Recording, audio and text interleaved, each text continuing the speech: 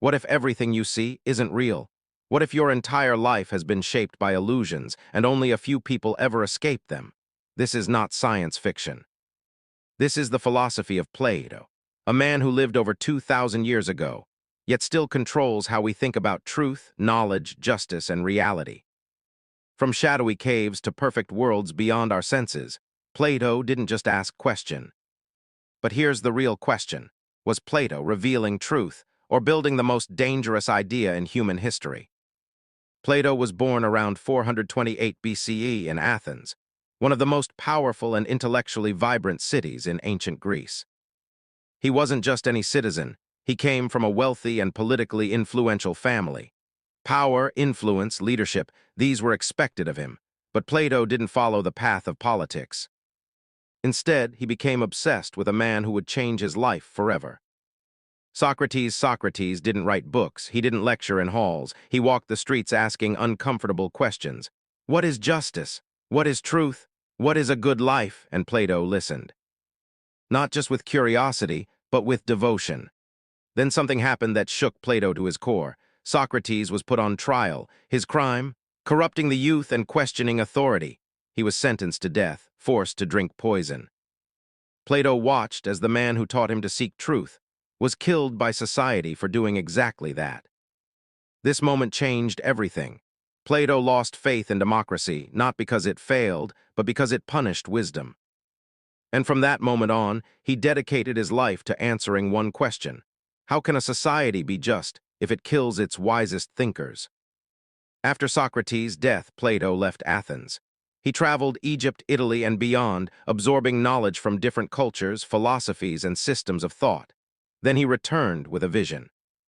He founded the Academy, the first known university in Western history. This wasn't just a school.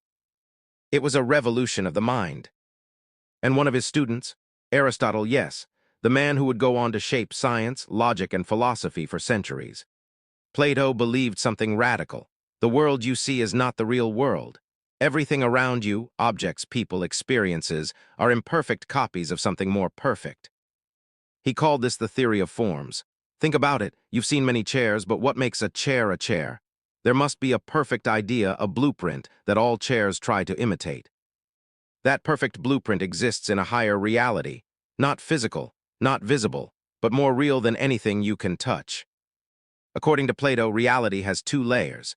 The physical world imperfect, changing, deceptive, the world of forms perfect, eternal, true.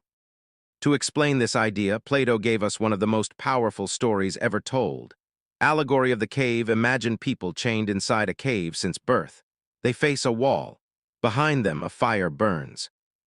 Between the fire and the prisoners, objects pass by, casting shadows on the wall. The prisoners see only shadows. And they believe those shadows are reality. Now imagine one prisoner escapes. He sees the real world, the sun, the sky, truth itself. When he returns to free the others, they reject him. They resist. They even want to kill him. Plato's message: most people live in illusion, and truth is often rejected, not because it's false, but because it's uncomfortable. In his most famous work, The Republic, Plato describes the ideal society, and his idea is controversial even today. He argued that society should be ruled by philosopher-kings, not politicians. Not the wealthy, not the popular, but those who understand truth. Why? Because most people, according to Plato, are still in the cave. They chase pleasure, power, and illusion. Only philosophers seek wisdom and reality. So Plato divided society into three classes: rulers, philosophers, guardians, warriors, producers, workers. Each has a role. And justice exists when everyone fulfills their role properly. Plato's ideas are powerful, but also dangerous. Critics argue. His system removes freedom, it concentrates power, it assumes some people are more capable of truth than others. Even his student, Aristotle, disagreed with him. Where Plato believed in perfect ideals, Aristotle focused on reality, observation, and evidence. Plato died around 348 BCE, but his influence never died. He shaped philosophy, science, politics, religion, education. Without Plato, there is no Western philosophy as we know it. Even today, we still live inside his questions. What is real? What is truth? Who should lead society? Are we free or trapped in illusion? And maybe the most important question of all, are you still in the cave?